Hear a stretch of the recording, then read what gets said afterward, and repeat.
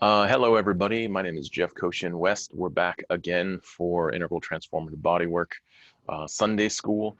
It is Sunday, June 14th, and we are heading right on into some more education on the three phases of full recovery.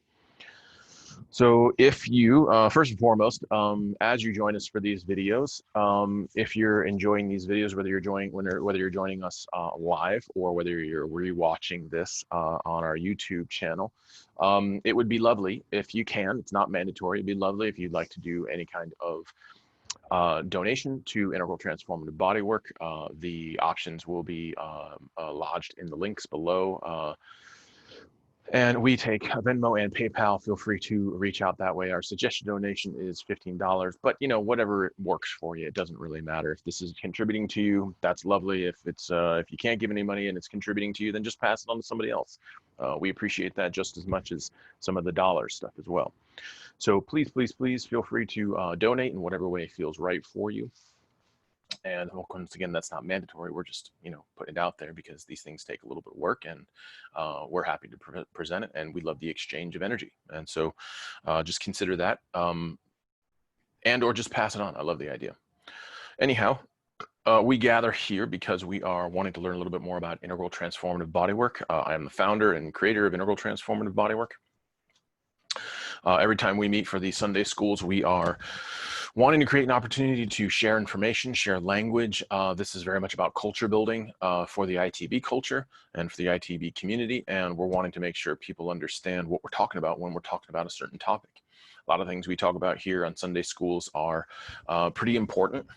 They're pretty essential to being a part of ITB and practicing ITB. ITB is kind of a gargantuan practice. There's no smallness to it. It's based off of 5 pillars that are huge domains of human study. I did not create technically any of those domains. We're just kind of, I'm contributing to them to a certain extent. And we're also using them together to kind of combine into this other form, which is ITB. I oftentimes suggest that we ITB therapists are kind of like fusion chefs. We're kind of bringing together a multidisciplinary practice to bring and create this new, delicious, fabulous thing. So it's kind of what we're into, kind of what we're up to. And today our focus is answering this question. What are the 3 phases of full recovery?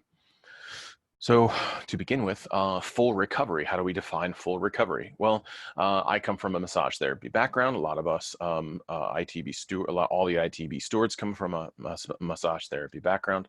A lot of the folks that participate in ITB come from a massage therapy background. So from that, we kind of are educated in the practice of helping and supporting people physically recover. Now, in the world of physical recovery, that doesn't really include a deeper psychological recovery. Okay, physical recovery really looks like, in most cases, when we look at a physical injury, it's it's defined by returning to a certain level of normalcy for the individual. Meaning, can they stand up from a chair and sit down in a chair? Can they get into bed and get out of bed? Can they get in and out of their car? Can they get in and out of the shower or the tub or the bath or off the toilet seat? So these are kind of defined by, are they able to sustain really basic quality of life oriented stuff? And that's based off of physical therapy. That's based off of rehab protocols that have been in place for just strictly physical recovery. This is reinforced by our medical insurance companies, and this kind of group gets together and says, this is what we are willing to pay for as far as insurance company is concerned. This is what we're going to pay for as far as therapies to physical therapists, occupational therapists, any kind of rehab that you have to go through. And they literally go through this metric of saying, how many sessions should the average person have, how long it should take to recover from XYZ, whatever the injury is. And there's, there's a space for that, no doubt about it. But as we all know, humans are extremely different. And if you have a very, very different type of human being that's having a typical injury, that typical injury can impact that human being in a variety of different ways. And depending on the health or the resources available to that human being, sometimes that model of XYZ amount of physical therapy sessions or rehab sessions may be good for one person, but for the other person, it may be horrible. It may not be even scratch the surface for them. So what we noticed, or what I noticed in the beginning, was when we talk about recovery, we have to kind of redefine recovery. We have to take it out of the hands of some of these protocols. And we kind of have to put kind of like, we can identify a starting point, but as far as an ending point, we really identify it as just a question mark. We don't really know when recovery actually ends. In a lot of our philosophical orientation, recovery, we kind of finish a certain scale of recovery, but there's also always more to do as far as that's concerned. We do identify in ITB definitely a finishing of a certain experience or from a certain trauma. That trauma kind of leaves the primary location of the lens we look through in life, and that injury starts to kind of move to the edge. It becomes less of a definer.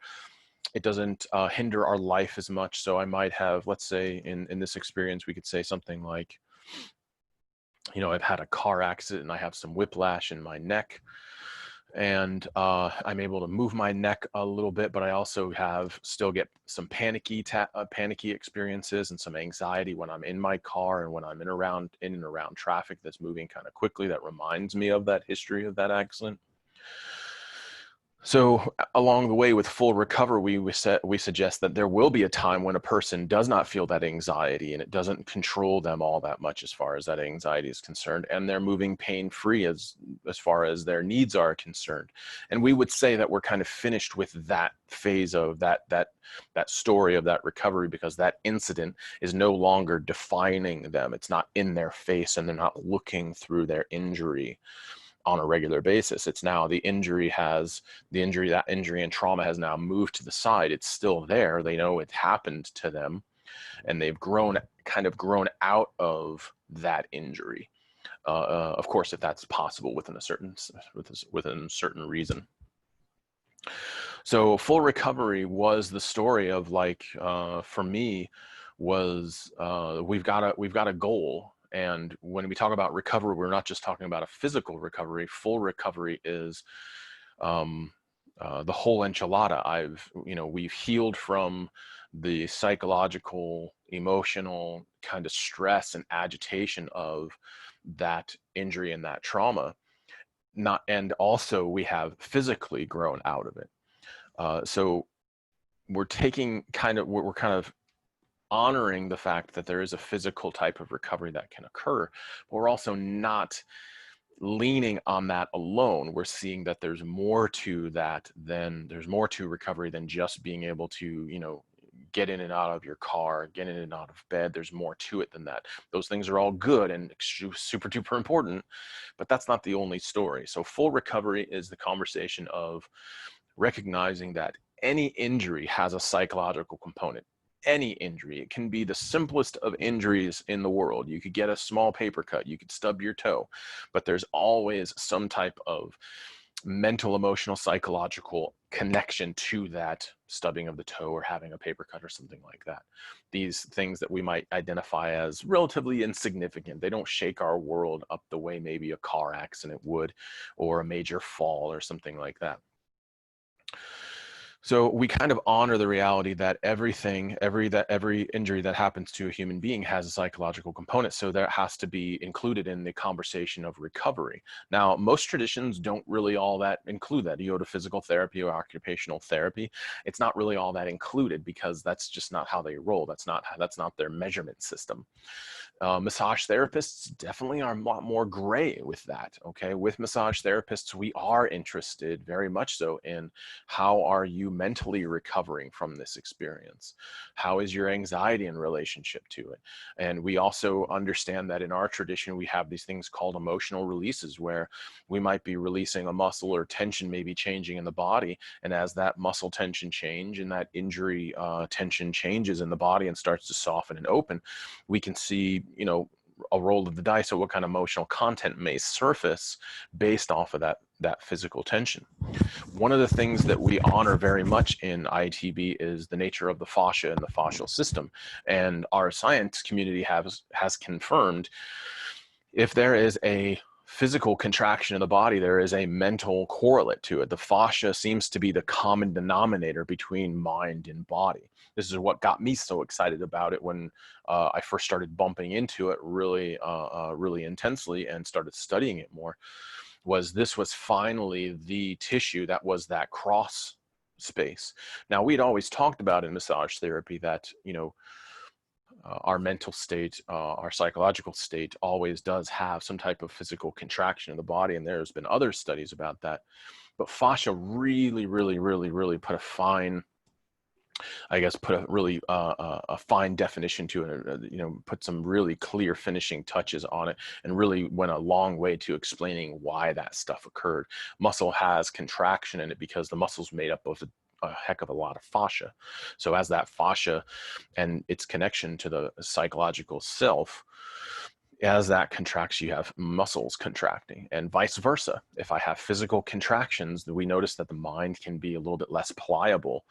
And so what we want to do is we want to honor the fact in ITB, what we honor is that since we are creatures that are made so much up of fascia, and fascia has this direct link between the physical and the mental self, and the physical and psychological self, that we have to honor in this term full recovery. We have to honor the whole enchilada. We have to honor the whole thing. And so in ITB, our goal is, yes, some of the physical recovery components. We want you to be able to move your body. We want you to be able to perform the way you want to perform. And we want to be mindful to include the aspects of your psyche in the conversation. So in a lot of ways with full recovery, our interest is to support your physical system and work that pillar of body work and myofascial release. But we also recognize that to truly heal from a trauma, especially a heavier trauma in the life where there's a physical injury, it takes more than just some physical work and physical measurements to measure recovery. So we see this a lot in medicine. We see it in situations where people have diseases that they recover from. People get cancer and they recover from cancer, and they say stuff like, all right, well, my doctor says I'm cured from my cancer, but I don't feel like I've healed from my cancer. You know, I had this car accident. I broke a bone. The surgeries and that went along with this break of the bone and with this rehabilitation went well. So I'm quote unquote cured, but I don't feel healed from it. And that's kind of what full recovery is really interested in, is answering the question, and what is the nature of how do we actually move into full recovery. And so what we're going to focus on today is our goal is full recovery, and we've kind of encapsulated in this integration, this full integration, this psychological, physical integration of whatever trauma we've been to, and then the growing through it and out of it into someone else. So in full recovery, we see recovery as a kind of like a character arc in a movie. It's really this emergence that happens for us. It's not just cool, I can do my typical physical stuff, but it really is this transformational arc of character that we're interested in. So full recovery is bigger than just traditional recovery for a lot of folks, or things along as far as physical therapy, occupational therapy, the traditional body work world is concerned. So what we've noticed is that the three phases, what I'm talking about with the three phases, are actually things that I've kind of witnessed over the years. This isn't work that anybody else has done. It's not something that I read somewhere and I'm regurgitating to you. This is actually coming from personal experience and what myself and others have noticed about incorporating and practicing ITB, there seems to be this character arc that occurs, and it seems to be 3 different phases. And so we're going to talk about those 3 phases. The 3 phases right now of full recovery. And I say right now because we're in ITB, we're always willing to modify things based off of experience and data and different things along those lines. But what we can tell right now very clearly is that these 3 phases are uncovering, claiming, and emerging. So the 3 phases of full recovery are uncovering, claiming, and emerging. Those are inevitable things that we have seen occur. So let's start going one by one. We'll start with uncovering. So what are we uncovering? It sounds pretty straight ahead. So what we start to notice is the uncovering practice is oriented towards kind of finding what the injury is in a really basic way. I mean, if we're talking about just a physical recovery type of a conversation, this would be the period of time where you're working with your body worker, whether it be a physical therapist, occupational therapist, chiropractor, massage therapist. It really doesn't matter to me. It would be kind of like this beginning phase of the relationship where you're kind of finding out what's wrong. So you would have an interview, and you would, maybe regurgitate some stuff that you've been diagnosed as. Maybe you have whiplash, maybe you have specific disc pathology conditions, or you have some type of neuropathy. And so that's good and great. Thank you. It's good to know that information, but it really doesn't tell me what's actually wrong with you, what's actually going wrong in the structure. So if you're having one of those conditions, that tells me a generalized idea, but it actually doesn't tell me what's wrong with you. It doesn't tell me about your disc pathology, about your whiplash, about your neuropathy. It tells me a category. And so the uncovering phase, if we're just looking at from a physical perspective, the uncovering phase is recognizing that there has been a diagnosis, if there is the one, and then kind of moving on from that and saying, all right, well, what do we have else? How is that manifesting in your body? And we discover that, and we uncover that material together. It's not just me doing it, it's a partnership experience. So the first phase, in just a physical, really simple, basic type of a idea, is just finding out what the heck is going on. What's the hang up, and that moves into a lot of this other stuff as far as the other pillars are concerned. If we move more into a psych oriented position, understanding our personality and understanding what's happening for us, uncovering could be, as we go through the process of applying body work, applying the myofascial release ITB sessions, then we may find that, wow, you're actually wicked anxious from this. There's actually a lot of fear that you just haven't felt yet because of what's happening for you, because of what you've been through, because of that trauma. There may be a whole lot of different emotions, a whole lot of different experiences that, because of the intensity of that moment of the trauma, you just haven't seen all that much. There's a lot of stuff kind of percolating under the surface, and uncovering is exactly that. It's pulling back maybe some of our normal surface activity and kind of uncovering what lies underneath some of this agitation. Now, we've talked about it like a physical injury type of a thing.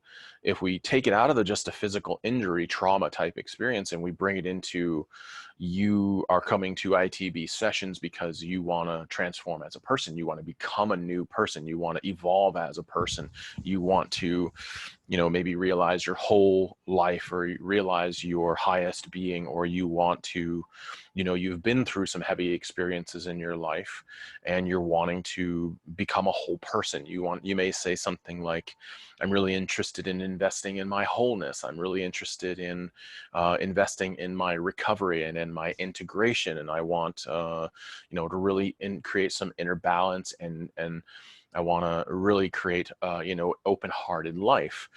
This is a call towards uncovering. Most people don't think of it as a call towards uncovering, but what we're truly doing is, when we say things like that, of like, I want to connect to I want to be a whole human being again. I want to connect to my heart again. Usually the reasons we found that people are having a hard time with that is because there is stuff that is lying underneath the surface, and you just don't know how to get to it. You don't know how to uncover it. You may not even know that it is an uncovering process. And so what we recognize in this first phase is there must be this period of time where we just start our relationship, our ITB session relationship. We start this partnership and we're going through the process of finding out what's going on for you, finding out what's the nature of your hang up. Because you may walk in with a laundry list of things going on. You may walk in with a perception that, you know, you're doing good and, you know, you got this one hang up and you just want to move past that. And in those beginning times of that relationship, what we notice is that the participant, the client, actually doesn't know that much about what's happening. There's a lot of stuff off their radar that they just can't pick up. And that's why we call this phase the uncovering phase. We're doing work together and we're applying the meditation, we're applying some of the education of the other pillars, we're doing some of the body work, and we're uncovering behaviors that you had no idea were coming up for you. We're uncovering scripts and stories about how you believe life occurs, what you think is happening in the world, what role you play in the world, what other people's roles in your world play.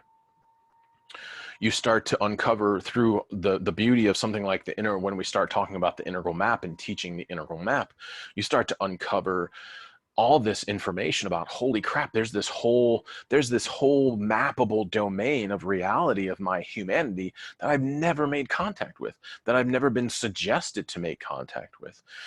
And so as we start to undertake the work of ITB and start applying the pillars and start working the pillars, this phase of uncovering is very exciting because it's almost like a discovery of self. It's a discovery of who we are. It's a discovery of all our different elements and our components, these different voices that are inside us, all this disowned material.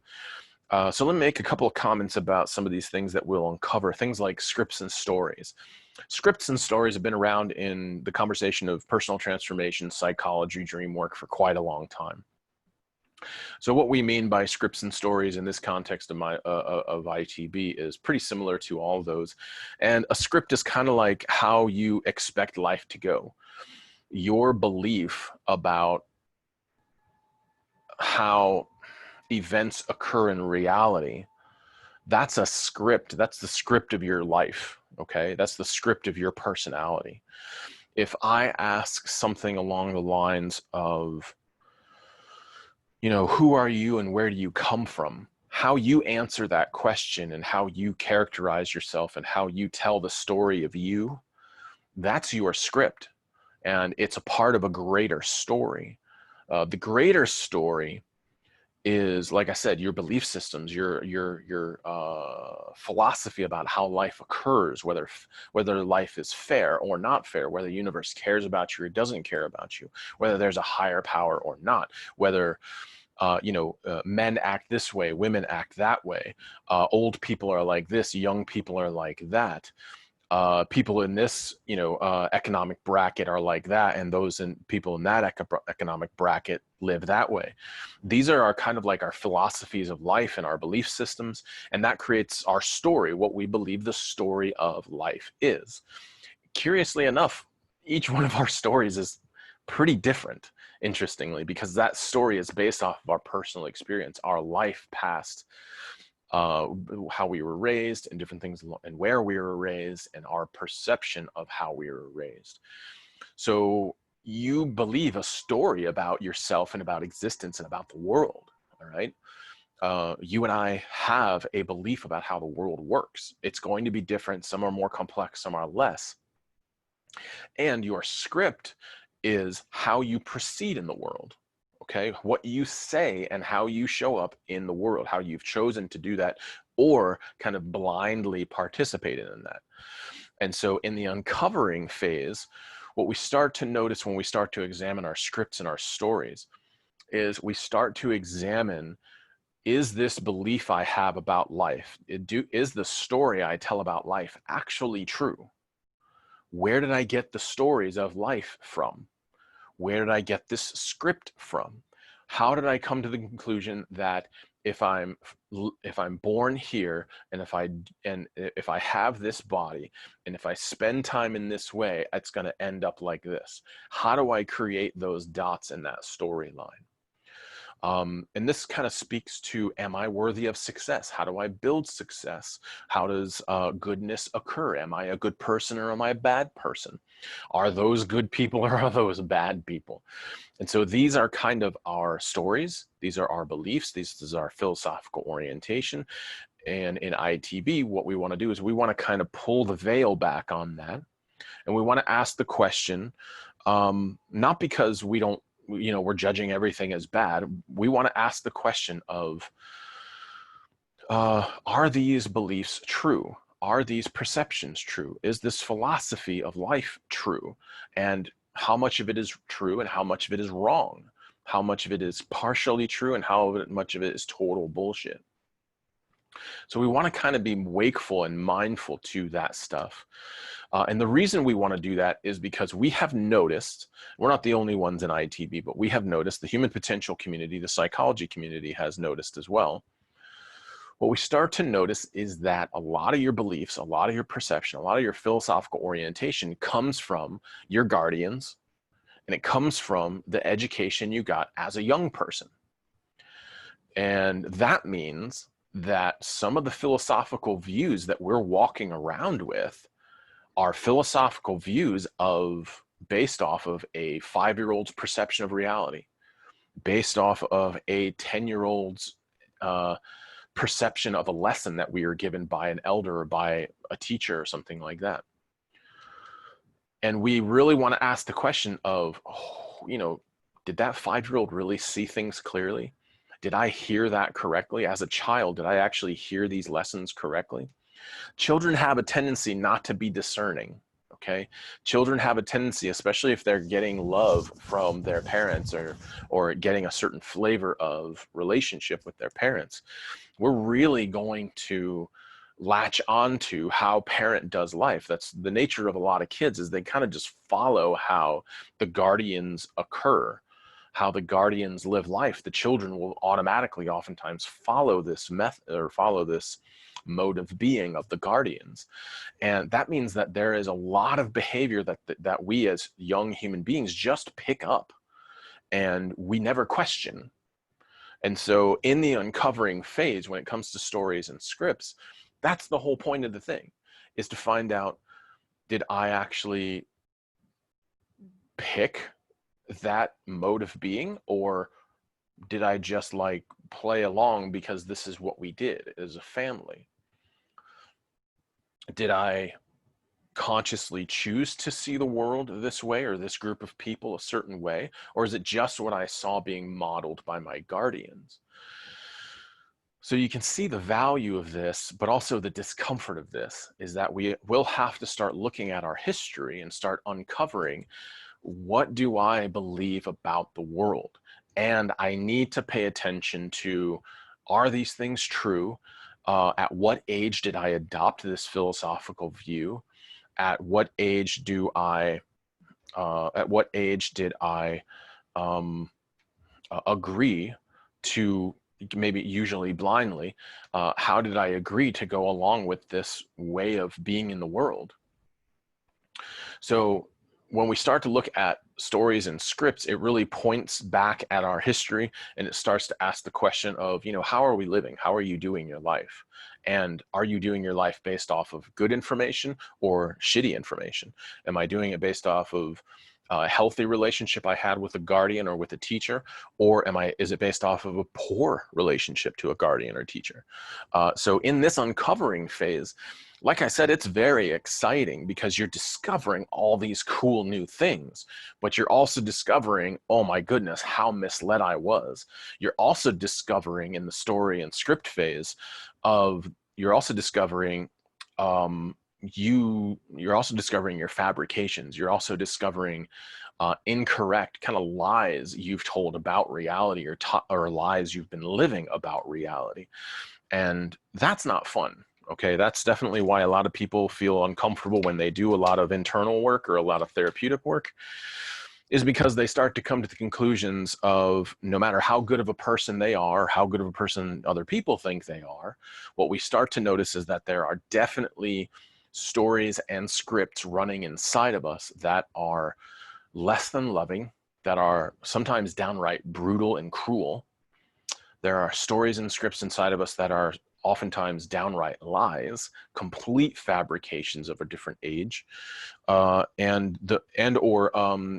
oftentimes these are scripts and stories that are applied, come from one place but are applied to whole swaths of other things.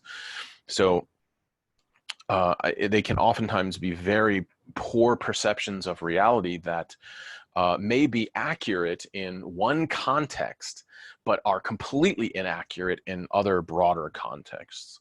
And so this phase, this uncovering phase, is both exciting, but it also can be kind of terrifying because, like I said, we're discovering components of us that have been, art can be real lies, real fabrications, real untruths that we're wandering around living on a regular basis. And as you as you age, 20 years, 30 years, 40 years, you can think to yourself, wow, I've been a functioning adult. You may be in your 30s or 40s, and people have this experience of I'm a functioning adult, and then they look at this stuff as they uncover this behavior and they're like, holy crap, I've been a real monster, been doing real cruel behavior in relationships for the past 13, 15, 20 years of my life. Oh my God. And it's all based off of this perception of an event when I was 9 years old. And that 9-year-old's perception has been defining my 20s, my 30s, and my 40s, and my 50s, and my 60s. Oh my God, what a catastrophe. So the uncovering phase is beautiful and exciting, but it's also a real pain in the ass because it means that we have to kind of look at and reveal, oh my God, I may be a real ass. I may be very cruel. I may be a great liar in certain territories of my existence. This doesn't feel good at all, believe me. And so this is very important stuff, as well as during the uncovering phase, we see disowned material, disowned portions of ourselves, disowned behaviors, disowned aspects of ourselves, maybe disowned talents. We start to reveal those things that maybe as a child, as a young person, are these elements or these talents or these natural tendencies that you might have had as a child that you've been born into this world with. If they were not acceptable to your guardians or to the community that you are in, you would have disowned them. And as we start to do this uncovering work, you will start to notice what you have disowned and why. And that can be, once again, painful, but also very exciting. So the uncovering phase is the phase where most people get really excited, especially in the New Age movement and in the personal transformation movement and in the movement of, in the stage of development where we're really interested in success and being the best person we could possibly be. This can be a really exciting phase because we feel like we're, getting all this really cool information. We feel really enlightened. We feel like we're really doing the personal growth. And in reality, you're just in the first phase. So that's good and that's great. We hope that people are excited about it. We also hope that people pay attention to the disowned material and to recognize that just because they've identified some lies that they've seen, just because they've uncovered some lies, doesn't mean they've healed those lies. So if you have a really shitty script and a really shitty story about certain groups of people or certain domains of reality, that's great that you uncovered that you have a shitty perspective. That doesn't mean you healed it. That just means you've uncovered it. You see it. You're able to kind of pick it up and maybe talk to it and look at it a little bit. It doesn't mean you've healed it in any way. That's not the finishing of the recovery process. And as we'll talk about later on, that's a real hang up for a lot of folks in the personal transformation movement, the self-realization movement, the spiritual but not religious movement, the New Age community, and anybody that's going also in the AA recovery community. This is a real hang up, is that they believe that just uncovering it is actually the healing part. And granted, you can get healing from that, but it's not the bigger story. That's just phase one that we've identified. So speaking of phase one, and where do we go from there? Phase two is claiming. All right. So claiming is of great importance to us in ITB because claiming is the act of saying, yes, I am a liar. Yes, I have lived this fabricated perception of reality. And the claiming of a poor perception of reality or a downright false perception of reality means that you're holding it, you're looking at it, you're turning it upside down, you're seeing how it might have invaded other portions of your life. So in ITB, what we talk about is different things like racism, sexism, classism, xenophobia, different things along those lines. It's not a question if you have those things. It's a question of how much of it is showing up in certain domains of reality. So I may be, let's see, I may be sexist in a certain way or ageist in a certain way. So if I'm sexist in a certain way, I may not be sexist with everybody, curiously enough. But if I'm sexist and I have a small to medium amount of that, it may be living in a very specific territory of my life. So if I'm sexist and I'm around maybe some of the people that I hold a little bit closer to me, I might not project that and use that sexism against them as much as I might for people that I really don't, people that I qualify as strangers, people that maybe I work with. And so I allow that sexism to really stand between myself and others in a different way. Curiously enough, this is what we've noticed in ITB, is that there's not one human being that doesn't have prejudices. And we want to make sure that people that have prejudices honor the fact that they have them, but then also in claiming those sexist perspectives, they now have to do something about it. So what's really exciting in the claiming phase, and also claiming is probably the most uncomfortable phase. Claiming is the part where you just kind of sit with your shittiness. You sit with what parts of you you've disowned. You sit with how, you know, you are, who you're cruel to and why you're cruel to them. You're sitting with who you dehumanize and why you dehumanize them. You're sitting with the fact that, you know, you received this training from probably somebody you loved, right? A lot of this training, this shitty training that we have, usually comes from guardians, people that we loved and that loved us. So a lot of my inner kind of, my father had some real sexism issues. He had some real misogyny stuff. He also had a lot of racial stuff as well. And so what was important for me along the way in my personal growth was to really honor, you know, I loved the hell out of my father, but the problem is that he had some serious hangups as far as race and misogyny was concerned. And so that means that inevitably I got some of that. Okay.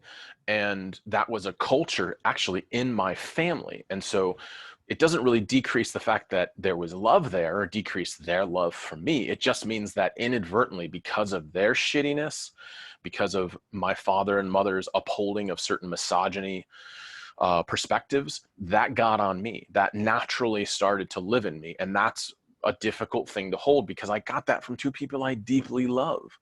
And so this is where claiming can be a real pain in the ass, is owning the fact that you come from a place, that we all come from a place, and we all come from flawed human beings. Now, in the beginning, the claiming experience oftentimes sucks because you have to adapt what your problems are. You have to kind of look at, how am I racist? How am I sexist? How am I ageist? How am I, you essentially look at your prejudices. So we have to start examining our prejudices and why our prejudices are in place, and then what to do with them. And to remember that those prejudices tell us story, but they don't give us enough information for actual life. Okay. And so what we want to do is we want to start paying attention to where our lies about reality are. And then we have to update them. We have to say, oh shit, like in my own experience of this thing with misogyny, with my mother and father upholding this culture of misogyny in our household, the reality is that I had to recognize how my father was pretty overtly sexist, and my mother was kind of covertly sexist. So she was, by her participation, she, in this misogynistic framework that they came up in as human beings, she kind of supported that by acting the role, so to speak. And so I had to find out, holy shit, where do they come from? How does this work? And I had to see how that kind of got on me and ingrained into me. And then I had to start pulling apart why those things were in place. And so that doesn't feel good. But what does feel good is it starts to humanize my family members and say, yes, my family has these shitty traits, but I can still love them, and I can also rise above that behavior and put that behavior down. So we start to humanize them. It starts to create this opportunity for me to let myself off the hook to a certain extent about the fact that I'm a fucking kid. I'm a child, and I was raised with some shitty education. So it's not 100% my fault. But what has to happen in the claiming phase is we have to honor that we weren't completely in control as children, but we have to honor the fact that we have to carry what we've been taught, and we must update what we've been taught. So if you come from a household with shitty behavior, granted, it's not your fault. You got born into that household, but you do become responsible for then unpacking and dismantling that training that you had. Once again, claiming is a pain in the ass for a lot of people. But like I said, the upside of claiming is that you become very, very, very self-aware. You become very, very intimate with when you're lying, when you're fabricating, when you're projecting. Now, this may sound, this may sound like not a desirable thing, but actually there is an incredible liberation that comes from knowing when you are projecting. So if you sit with claiming long enough, if you sit with the discomfort of your inequities, if you sit with the discomfort of your prejudices, if you sit with the discomfort of your traumas, if you sit with the discomfort of your bad education or your poor lens that you're looking through, if you sit with that long enough, you can then start to make choices about how to change that behavior. And when you start making choices about changing that behavior, we start to see serious stress levels start to come down, because there seems to be something inside of us. We consider it awareness in ITB. We call it pure awareness, and we call it awareness. We sometimes called it infinite heart. In other traditions around the world, they have different names for it, but it's this awareness, this deep, compassionate awareness that resides inside of us. And it appears that that deep, compassionate awareness that lives inside of us, that is constantly aware and always witnessing, it seems like when our behavior is out of harmony with that compassionate awareness experience, our body starts to tense. It's a very interesting phenomenon we have found. So when we are doing our lives, and even if we're unconscious of our behavior that is so destructive and cruel, it seems to create tension in our mind-body experience, because that which is watching, awareness that is watching our life unfolding and our inner world unfolding, it notices the contradiction and notice how dehumanizing it is. And it creates contractions in the body, it creates contractions in the mind. And in fact, in our school of thought, as well as a lot of other schools of thought, is that if you don't manage, if you don't claim, if you don't uncover and then claim your damage and your poor education, that ongoing stress and tension will turn into mental fracturing, will turn into mental disease, psychological disease, and different things along those lines, which can oftentimes turn into physical agitations as well. Not 100% of the time, but physical agitations as well. So we've got our uncovering, and then we go to our claiming. And once again, claiming is the time to own our history, but then also start to dismantle our history, start to clean up our history, start to update what's going on in the world. This also has a lot to do with different types of boundaries. And so in the claiming phase, the ITB sessions oftentimes can look very education based, because we, in fact, during claiming, it is an updating of boundaries. It's an updating of language. It's an updating of perception.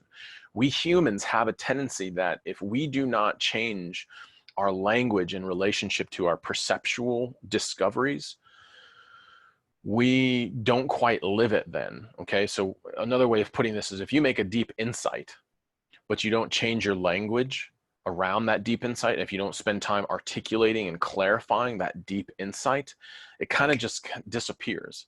It doesn't really land into our world. And so what we notice is that as you're dismantling what you need to dismantle and kind of cleaning up poor perceptions and cleaning up boundaries, what we notice is that there must be a language, there must be a change of language, a change of modes of thinking, a change of way of how we articulate and express what's going on internally and externally, because of the insidiousness of the fabrications that we might have had. So if we have a really shitty training, that shitty training has probably infiltrated all kinds of portions of our life. And part of the claiming part is being like, all right, that shitty behavior found its way into every part of my life, or the majority of my life. I got to go root that up. I got to go pull some weeds so my garden flourishes, rather than pulling some weeds and then shit coming back and causing more problems. So the claiming phase is kind of an ongoing process having to do with dismantling, updating, and cleaning up boundaries, cleaning up perception, cleaning up ways of speaking, cleaning up how we communicate. So this is where we see in ITB, this is where we see the raw communication pillar really kick in. During claiming, we really push the witness consciousness work, witness consciousness meditation work, and we really push the raw communication material, because, like I said, it gives us literacy in communication. It gives us literacy in social intelligence. It helps us understand our needs and our emotions better. It also teaches us how to communicate better, how to share ourselves more. And we are pushed in the raw communication world, in this kind of full recovery claiming period. We are pushed and coached to live by the concept of, am I remaining open, honest, and vulnerable with myself? Am I communicating? Am I interacting in a clean, clear, and curious way? And so these are kind of the question marks, or we could say the litmus test, or the judgment points of, am I actually updating myself? Am I actually claiming what's going on? Or am I just kind of sidestepping? So we always put our process to the test by asking ourselves, am I being open, honest, and vulnerable about my lying, about my racism, about my sexism, about my xenophobia, about my ageism, about my classism? Am I open, honest, and vulnerable with myself about that inside?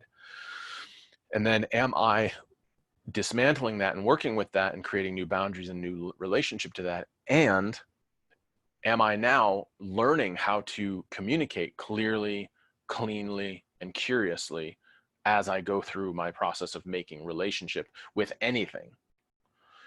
So those types of, that clean, clear, and curious is kind of like the standard at which we gauge how our relationship's going, both with our internal experiences of relationships and the external relationship. This is also, the claiming phase is also where we want to see the practice of new behavior starting to come online. So claiming is a big deal, and it's just the last component of claiming is the beginning of new behavior, is the forging forwards of not just dismantling and kind of updating boundaries and cleaning up the shit show that may be our perception of reality, but also in starting to practice new behaviors of life, new ways of making relationship, practicing new ways of caring for our lives and caring for our bodies. So one of the ways that we see this, if we take this just back into a physical type of a perspective, if the person that had let's say the whiplash, we first uncover what the issues with the whiplash is. How does whiplash live in their body specifically? We've uncovered that reality, and we've also uncovered how their posture and how their other history, the other events in their life, kind of show up in their body and show up with this whiplash, and how it's responded to this emergency whiplash experience. So we uncover more and more about the nature of how Whiplash lives in that person's body and in that person's life. So we uncover that. And then we move into from just a physical perspective, the claiming phase is, all right, well, I know this injury has happened to me. I can't be the person I was before right now. I can't act like I don't have this injury. So a lot of claiming in the physical realm is honoring, oh, I have this injury, so I need to modify my life in order to heal this injury. And so they go through the process of doing maybe new exercises, maybe sleeping in different ways, maybe choosing what activities to participate in and not to participate in relationship to this injury, and the recovery process, the physical recovery process.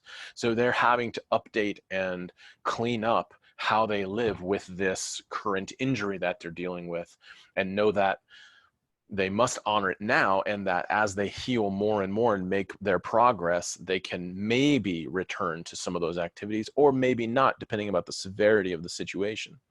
But what we want to honor here is that they are claiming that they are injured. They're claiming that they do have a responsibility to perform their exercises, to perform their stretches, to make healthy choices in relationship to their injury, and that they will transform as a human being. And as in claiming that physical injury and claiming that rehab model, they're honoring that they can never be the human they were. They are now moving forward as a different human being and becoming someone else. Okay, because they might not have been all that great of a person, that healthy of a person. They might not have had a very healthy neck structure and shoulder structure and good choice making in relationship to their body before this injury. And then they had the injury and it brought it into hyper focus. And so that injury has changed them, and now they're changing and becoming someone new with this new neck injury. And even if they get to a point in their future where their neck is in even better shape than it's ever been, they are going to be a different human being. So part of claiming is recognizing I was one way, I'm noticing something wrong and something that's busted or broken or not working well, and now I'm emerging, I'm claiming that, and I'm starting to live a different life. And so as you can tell, I just let the word slip of emerging. I'm emerging into the next phase. So we've got uncovering, we've got claiming, and now we move towards emerging. It's a lot of talk. Let me have a sip.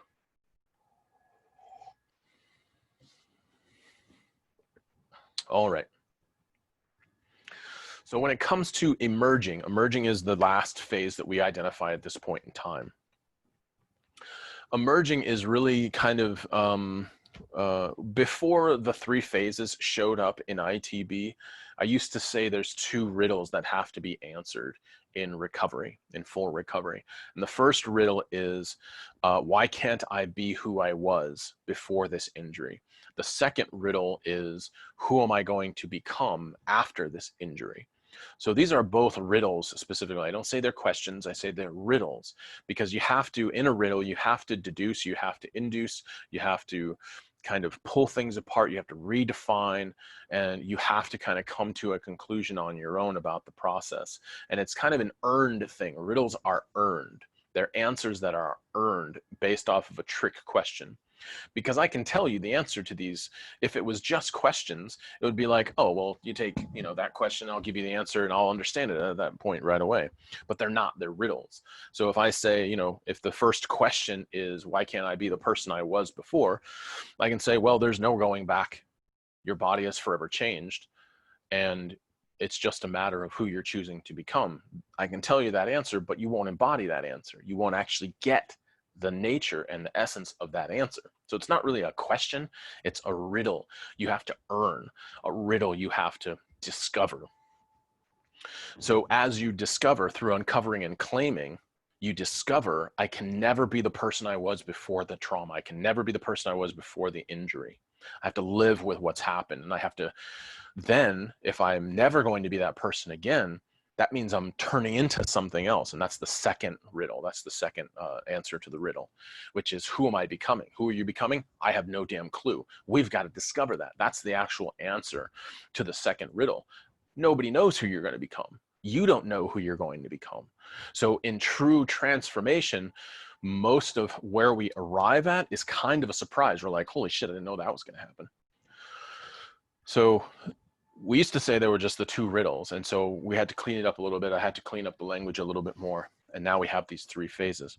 So the third phase is emerging. The third phase is after I've uncovered my fabrications, my inequities, my shitty behavior, my disowned selves and material, I have to claim it.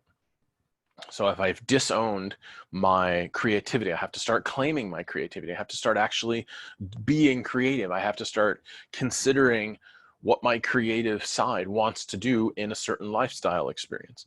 If I've disowned my, organizational analytical side, I have to start inviting that in to my life and claiming it and letting it participate for that to actually integrate.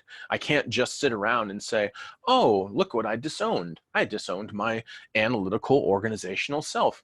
Oh, I'm so super duper spiritual. I just uncovered something, and then just move on and do life as you always done it. That's not how recovery happens. That's not how integration works. That's not what maturation is at all. So when we discover something, if I discover, holy crap, I from my childhood, I disowned my organizational analytical side, you have to bring that in order to really start to integrate that again, for that to be in your life. And so you do have to say, how does my organizational analytical self want to organize my desk, want to participate in my kitchen, want to participate in my art room, want to participate in my financial world? So you have to start inviting those qualities in. If I've uncovered that I'm actually incredibly sexist, holy shit, I got to start doing stuff that starts to kind of dismantle that sexism. But then also I have to apply a healthier, more diverse and more dynamic way of seeing the sexes and genders. I have to do that for myself about how I see my own sex and gender, and I have to do that with the other people in my world having to do with their sex and gender. And I have to start living that in order for you to claim it. All right? And in order for you to start to integrate it. And as you start to claim and integrate what you have found, we start to see you showing up in the world in a different way. We start to see this emergence of a different human showing up. Okay, we start to notice a new way of life happening. Okay, a new body starts to show up. Okay, new behaviors start to emerge, and the reason that starts to happen is because we have claimed, updated, we have uncovered and claimed our history and our humanity. And when we start to claim our humanity and our history, we can then start to make conscious choices in relationship to that life. And from conscious choice, we start to see just a beautiful explosion of new life happening. And it's new life because you've claimed your wholeness. It's new life because you become accountable and responsible for that shit you weren't responsible for when you were a kid, that you had no idea. Just because you got born into the family of a bunch of sexists and racists and misogynists, you had no idea, but you have to be accountable to that, and you have to be responsible for changing that. And when you do claim it and change it, a new life comes through. A new existence starts to occur. You start working and walking in the world in a different way. You start eating differently. You start communicating differently. You start washing yourself differently. You start working differently. You start making relationships with friendships, romantic partners, and professionals, and even your enemies start to change. So all that starts to shift if you follow this process. But if you quit any of these, or if you disown any of these phases, it's buku trouble. It's total shit show. So it's very, very, very problematic. And these are the three phases that we've noticed. And these three phases are non-negotiable as far as I'm concerned. These three phases, if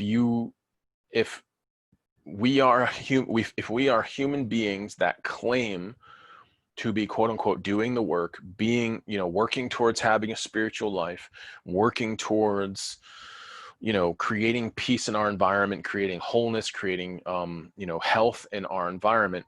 If we aren't paying attention to these three phases, if we're not paying attention to these three phases, we're kind of dropping the ball. We're not living up to the whole storyline, and we're definitely not creating health and healing in our environment. So this is kind of what we've noticed as far as ITB is concerned. This is what we've noticed. This is what we do. This is our goal when we're doing this. And this is some other things to say about the three phases. Some other things to say about the three phases that this, as you probably have already figured out already, this is not a quick process, all right? This is kind of the hang up with ITB for some folks, is that this is not quick. This doesn't occur very quickly. This doesn't occur without a lot of investment or work. You can't just kind of, this isn't a passive activity. You just don't, you can't show up to ITB sessions and just expect it to happen to you. When we take clients for ITB sessions and we undertake this process with our mentees and with the people wanting to commit to an ITB life, we really want to emphasize the idea that it takes years for us to go through full recovery, to be able to claim full recovery. Each one of these phases kind of overlaps each other. So no phase just kind of stands alone. Each one of them kind of meld and bump into each other and overlap each other a fair bit. So it's not like you will just do uncovering exercises for like your first month of work with us as ITB in ITB sessions, and then the second month is claiming, and then the third month is emerging. Unfortunately, humans don't work that way. We've tried it, other stewards have tried it, it does not work. So what we notice is that these three phases, they overlap each other. They are not expected to be rigid. You may move fast with some material. We have a phrase, like we call it low-hanging fruit. It speaks to, if you're around, if you're by a fruit tree, the easiest fruit to get is the low-hanging fruit because it's close to the ground and easier to get. We talk about this in relationship to the kind of uncovering and claiming phase, because in the beginning, especially with our mentees and with our folks that are, well, mentees and clients, what they notice is they start to find stuff that's really good. They're like, oh, I didn't realize I was doing that. And oh, I'm starting to see how that was maybe a disowned part of myself, or oh, I'm noticing how there's some material coming up there. Oh, I'm noticing how that philosophy came from like a 5-year-old's perspective. And so they get excited about it. And those are kind of the low-hanging fruit oriented things. Whatever shows up first is considered low-hanging fruit. That's good. I mean, we want you to get what you can get your hands on. But just getting low-hanging fruit, like I said, it's a good start, but it really doesn't equal full maturation, because it's usually the stuff that you're already kind of aware of. It's usually stuff you already have kind of an inkling towards. So you may already know about some of your poor behavior. You may already know about some of the lies you tell yourself or tell other people about yourself in order to create comfort or whatever. You may be already aware of some of the things that you've disowned about yourself.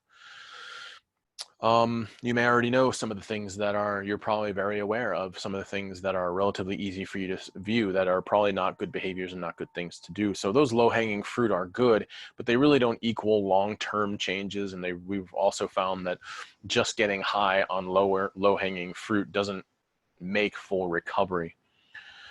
So what we want to do is we want to make sure that you consistently practice in a long-term type of a concept, so you can get those low-hanging fruit.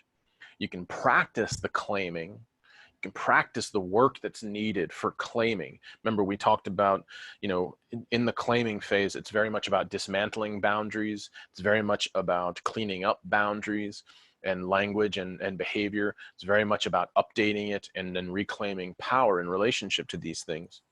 So it's good to, most of the time, the low-hanging fruit's really valuable because it's practice time for the big stuff. All right. So gathering the low-hanging fruit, claiming the low-hanging fruit, and then working and emerging through the integration of that low-hanging fruit, that builds real character, that builds real infrastructure for when you bump into real pillars of your identity that are total fabrications. So when you run into deep misinterpretations or heavy traumas that you might have been through, or serious miscommunications you might have had that you've built your whole philosophy of life on, when you start bumping into those pillars of identity that are definitely not low-hanging fruit, when you start bumping into those when you start bumping into those pillars of your identity, you need the practice that you got from the low-hanging fruit in order to start to dismantle this pillar of your identity. So this is scary work. This is difficult work. It takes a team. I have never met anybody who has suitably gone through to emerging doing this just on their own. Most of the time, the problem is that they'll bump into some low-hanging fruit. They'll pat themselves on the back. They don't look any deeper at some of their other work because they don't get challenged by anybody. So why would they look any deeper? And they just kind of wander around at that point in time, pointing fingers at other people's low-hanging fruit and making fun of them and not being all that wonderful and actually being more cruel than usual. So it does take a long time. We do want to understand that the 3 phases, the full recovery is not something to be expected within a couple months. We really want to think in terms of years. That doesn't mean you have to go to your therapist every week for 2 years in order to get benefits. We usually suggest for an ITB client or for an ITB practice, you should probably see your ITB therapist at least once a month. But once every 2 weeks, once every 3 weeks is not a bad idea. This creates a lot of momentum. This creates continuity. This creates good practice. This creates the momentum, and it also creates an opportunity for you to build trust with each other and to have time to do homework on your own, because inevitably you will have homework to do in an ITB session. So in the 3 phases, it does take a long-term process. For our mentees, for our stewards, the people that are massage therapists that become stewards of ITB, this is an extremely important component of their training, is the long-termness of it. It's because if they don't stay for 1, 2, 3, 4, 5 years, if they really don't stick it out, they kind of just are partially birthed. It's kind of like a hiccup in their birthing process, a hiccup in their maturation process. So unfortunately, I can't force people to stay in the mentorship. So it's one of those things where people will hop into the mentorship. They'll go for like, a year or so, 6 months to a year and a half, and they'll feel like they've done some really good work, and then they split. And true, they have done good work, but it's almost like a partially birthed child. It's almost like a partially, it's kind of like a chick breaking out of their egg and not knowing they still have half the egg on them, all right, half the eggshell on them. And they're wandering around patting themselves on the back because they're out of the shell, right? And they just have no idea the rest, half of their body is covered with a shell.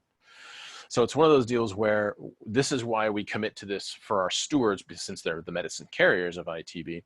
This is why they have to stick around for long periods of time in order to really get the full effects of the maturation process, because it is a long-term, big experience. And if they're going to walk others through different flavors of hell, they have to know how to go through that experience. And for a lot of people, that is the phrase that they use. They feel like it's walking through hell to go through the uncovering, claiming, and emerging phase, because it's so grueling. Okay, we have, personally, I haven't had this, but I've had others that are in the industry that do similar work to us, that have worked with, 4-star generals and serious, physically tough and mentally tough human beings in military services and in different domains.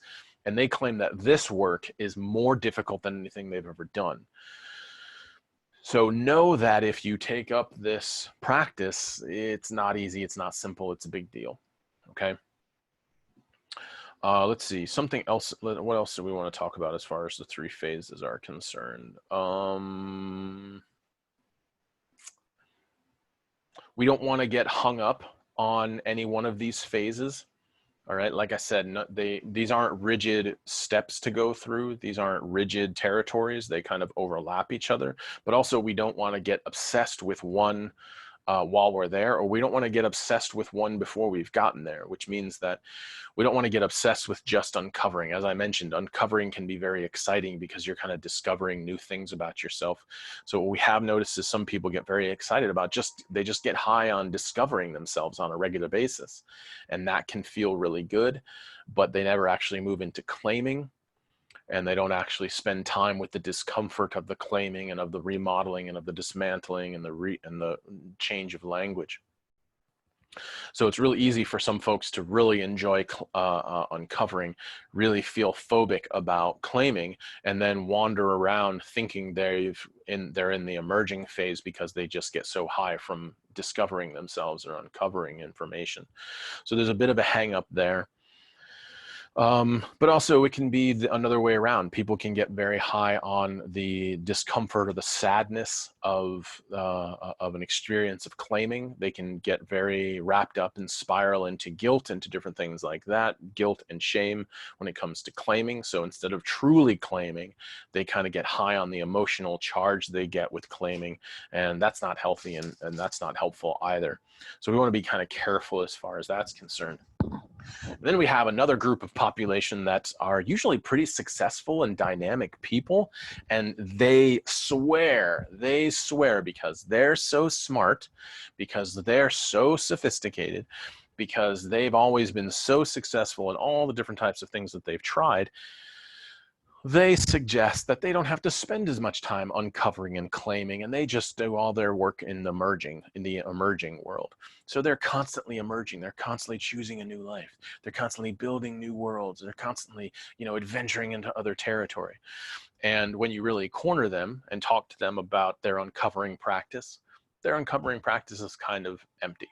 If you talk to them about their claiming process, God forbid you talk to them about their claiming process, because why would you want them to feel so bad all the time? Why would you want them to sense a negative emotion or something along those lines? So we do want to be careful with kind of getting addicted to these certain phases. And once again, this is why our ITB practitioners, our ITB stewards are put through the ringer for so very long, because they will be able to spot that stuff, because they will most likely do that stuff during their mentorship. And so this is one of the beauties, not to kind of beat the drum too much about taking up an ITB practice with an ITB steward. Getting into ITB sessions, one of the benefits is that you have a steward that will be able to identify where you might be doing some of that stuff. And hopefully you two have built up enough trust with each other to where if the steward looks at you and says, you might be a little bit addicted to one of these phases, you'll be able to hear it. Okay. You'll be able to say, maybe I do really get high on shaming myself or guilting myself or spiraling down into shame and guilt or hatred, self-hatred. Oh, wow, maybe I do get really high on just uncovering stuff or just discovering things about me because I'm so important. I'm so special. Maybe I do get high on that, huh?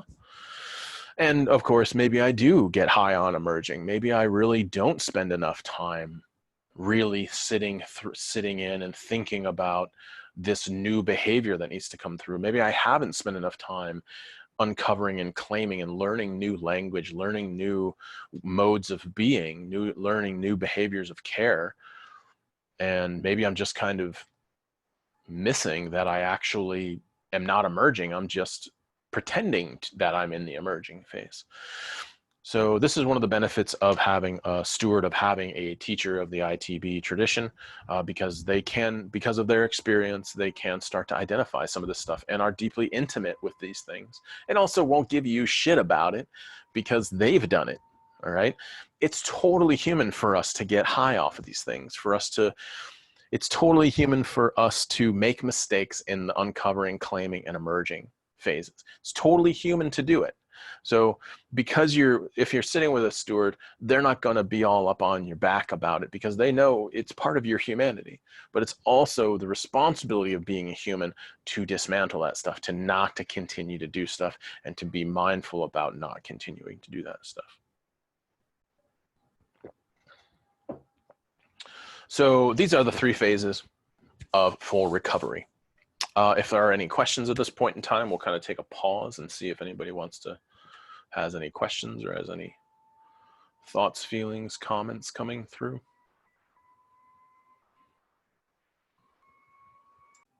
So the question came up of this being different phases and that they're all intermeshed together. And yes, very much so. They are very intermeshed with each other. And the thing to keep in mind along the way is that, where I was driving at something, what was I saying? So they're very intermeshed with each other. And we want to keep in mind that there is we do identify a quote unquote ending, but we hold that really gentle. We do see an ending of an integration of a trauma. And we use the term integration. We don't really use the term as like ending, because we understand that if I use the example of the whiplash person who's had whiplash and the psychological and physical sides of things, we want to make clear that you can definitely recover from those things. But some people think of recovery as, all right, I'm done with that and I'll never have to be bothered with it again. And that's a serious misnomer that we have found. All right. In my work that I've done with recovering alcoholics or recovering addicts of any kind, you can be with someone who's had 20 years sober and some of the same shit they dealt with in their first 5 years comes back around again. And that's not because they failed at recovery. It's because we humans are dynamic and we evolve. That's just what happens. All right. And it's not that when those folks show up and when you have this injury, it doesn't mean that you'll complete it and you'll never have it again. It means that as you grow and evolve as a human being, your body's going to modify in relationship to the history, no matter what history you have. And so as you age and as you mature and as you just grow as a human being, you will reevaluate that history. So you can be kind of done with and integrated a certain trauma. And what we mean by that in ITB is that if you've integrated a trauma, what that means is that that trauma is no longer it's no longer in your face. You're not looking through life through that trauma. What you're now doing is that trauma you've uncovered the fullness of that trauma, you've claimed the fullness of that trauma, and you're emerging as a new human being. So that trauma just kind of moves down here. It's much less important to you. You're not looking at life through that trauma. You're kind of just, it's something that happened to you, and it's not something that you have to base all of life off of. So we call that integration. That is we've basically taken this life event, really worked it, and it's not something that defines us. So I'm a person that has trauma. I'm not a trauma walking around. Okay, so that's a really distinct difference. And we want to understand that when it comes to the 3 phases and when it comes to the long-term experience, we always want to be ready for kind of discovering how these traumas when we look, as we evolve, what do these traumas look like looking back on them with these older, more mature, fresher body-mind experience. And so this can be really helpful in the process of, this can be really helpful in relationship to recognizing that just because I had a physical trauma or an emotional trauma, just because I had a life event that occurred and that now it may be rearing its head again, doesn't mean I failed at recovery. It just means that you're evolving. It just means that you're a human being. It just means that you exist and you're in a human body and you're subject to evolution. It's really all it really means. And so we hope that we kind of get comfortable with the idea that it's going to intermesh, it's going to evolve, and it's going to be, there's always an opportunity to glean something new from an ancient injury. Okay. So you may be in your 60s and you then make a huge discovery about a traumatic relationship you had in your 20s. And that doesn't mean all the work you did in between those years, those decades, that you failed or that you didn't do it right or that you're a bad person, that you didn't glean that bit of information when you were closer to the trauma. It just means that you might be big enough, strong enough, wise enough, intelligent enough to now look at that event with different eyes and glean some beautiful new discovery. So we really kind of want to be gentle with ourselves in relationship to how the decades look as the decades pass. how different trauma emerges and how different trauma feels and different things like that. So if there's any other questions, please throw them out there. Please, please, please. We'll just kind of wait and see if anybody else has got anything else. I'm just noticing, because I've been monologuing for so long. Olivia, thanks for joining us. I appreciate you being here. Sorry for missing you for a second. All right, so if there aren't any other questions, I'm just going to do a little bit of a close up here. To close up, we've talked about the 3 phases of full recovery.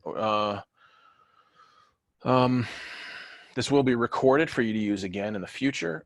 Please, if you have any other questions or anything along those lines, please reach out to us at ITB through our emails. That's embodyingitb@gmail.com. You can reach us there. You can also, we have a pretty strong presence on Facebook. And so please look for Integral Transformative Bodywork on Facebook, and you can DM us there. What else? If you're interested in jumping in, if you want to participate in ITB, if you want to find a ITB steward, someone who does this work, if you're looking for a partner in doing this discovery process, please go to embodyingitb.org and take a look at our practitioners, and feel free to sign up. Of course, I'm one of them, obviously. So you can join us for that. And so because of the nature of a lot of our pandemic issue that's going on right now at the time of this recording, we are doing a lot of this stuff online. So obviously we can't really do a lot of the body work. But body work is just one of the 5 pillars of ITB, and there's plenty of work your ITB steward can do. It looks more along the lines of a coaching process and an educational process rather than obviously body work or anything along those lines. Anyhow, please check that out if you are interested in that stuff. Remember that we do, to support our community, to build culture in ITB. Oh, got another question coming up. All right, hold on a second. All right, so question came through from how this relates to and where cycling integration meets voice dialogue. So voice dialogue is the practice of identifying different voices inside of us as human beings. And these voices oftentimes take on different characteristics and different things like that. Voice dialogue is a major component of our practice in ITB. And really, we will see a lot of these things happen. Curiously enough, voice dialoguing is there almost the whole way. So voice dialoguing shows up in the first phase, uncovering phase, in the form of which voices do I disown? So which voices have I disowned? So if there are certain voices that you are really accustomed to inside of you, let's say a voice of playfulness or a voice of aggression or a voice of maybe leadership or a voice of passiveness and being guided. These voices may be things that you might have disowned or might have be comfortable with. And if you're really comfortable with those during the uncovering phase, you'll start to identify how those live in other places. Whatever you've disowned, whatever voices you have disowned, you'll start to be like, oh shit, I left out those voices. I left out creativity. I left out aggression. I left out voices of holding boundaries. I left out the voice of, being emotional and giving myself permission to be emotional. So in the uncovering phase, it's kind of like you're just uncovering that which you have disowned.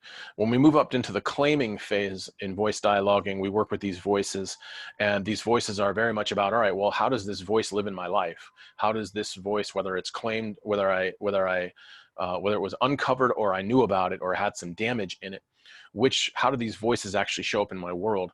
So if we stick with archetypes, something like a warrior or royalty, we say something like, well, the voice of my warrior has been around, but we haven't really made a whole lot of contact, and I actually don't invite them into a whole lot of things. Or with royalty, if the voices of the king or queen or royalty inside of me haven't really been online or I haven't been talking to them, the claiming side would be, all right, well, what do you guys want to do? How does my royalty want to make a choice for lunch? How does my royalty want to make a choice for work? How does my royalty want to make a choice for civic responsibility? Same thing with any other voice that comes up is how am I going to then, if it was a disowned voice, how am I going to include that voice in my day-to-day decision-making process? If it's a voice that's just, that you're familiar with, but you have to clean that voice up, or you have to clean the relationship up with this voice, that's going to be just kind of, that's going to be more along the lines of honoring boundaries. Now, a really great example of a voice that's present in pretty much everybody, but it's a shitty relationship, is the inner critic. So the inner critic is actually a very important voice, but the inner critic usually is cruel as hell. And we have really poor boundaries in relationship to the inner critic. So the inner critic can just walk all over some of us, and we just never hold a boundary and say, no, you cannot speak to me that way. No, this is not okay for me to berate, for this voice to berate me this way. Granted, it's you talking to yourself, but we do have to hold boundaries with, we do have to hold boundaries and clean up boundaries with these different voices. And the inner critic can be so sinister, we can say that inner critic can say the meanest things in the world to us and be so destructive in our internal relationship. So the inner critic is actually of great value, because the inner critic is what we used to call conscience. So the inner critic, actually, if you strip it down, you create a healthy relationship with your inner critic. Your inner critic is actually your conscience. It's the part of you that says, should you be doing this? Is this the best idea? Do you think that's a good choice? Do you think is this the right way to do these things? Are you sure you want to take this next step? Are you willing to go along with this impulsivity? So if you clean up the relationship to your inner critic, it's actually a really important voice. It's kind of linked to our skeptic voice. But it does have a deep, the reason it can be so powerful for us is because it is such a deep and important love for us. It really wants to protect us. So it's questioning of our doing things, it's questioning of our behavior, comes from a compassionate, I care about myself, I care about my worthiness, and I care about the impact of my actions. That's the healthy version of it. The majority of our population has no good, healthy relationship to their inner critic. So in the claiming phase, a voice like the inner critic kind of gets the kibosh put on it, kind of gets backed up a little bit. It says, no, you can't use that language. If you want to, you have to literally say to this inner critic voice of like, if you want to tell me a message, you need to clean up your damn language. You cannot speak to me in such a cruel way. I will not listen to you. You have to speak with me in a better way. And we can kind of hold more firm boundaries like that, or we can just practice reflective listening with the inner critic voice and start to dismantle and decode what the inner critic is actually asking or requesting or sharing with us. So with the voices, this stuff runs through very nicely. So there's really no exchange. When it comes to the phase of emerging, in this example of the inner critic, emerging is the you and the inner critic have a better way of communicating with each other. You have a different language. You hear these voices and you have healthy boundaries with these voices. They know how to communicate to you and you know how to communicate with them. And in the emerging phase, you include voices that are appropriate to whatever you're dealing with. You include those voices based off of the struggles or the difficulties that are in front of you in the outside world or in the internal world.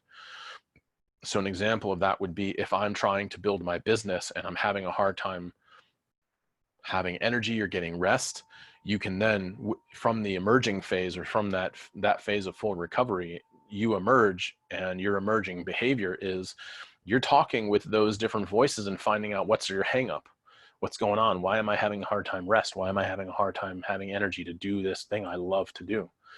And this is where these voices, since you have a new relationship, since you've practiced a new relationship, the relationship emerges. You emerge as this human being who has this great, beautiful, wise counsel alive inside of you, and you do your life.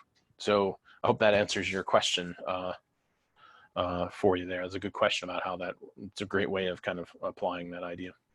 Are there any other questions before we go ahead and close?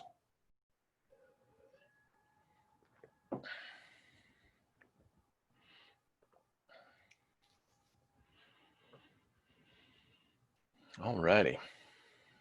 Well, this will be broadcast. I should have this up by tomorrow.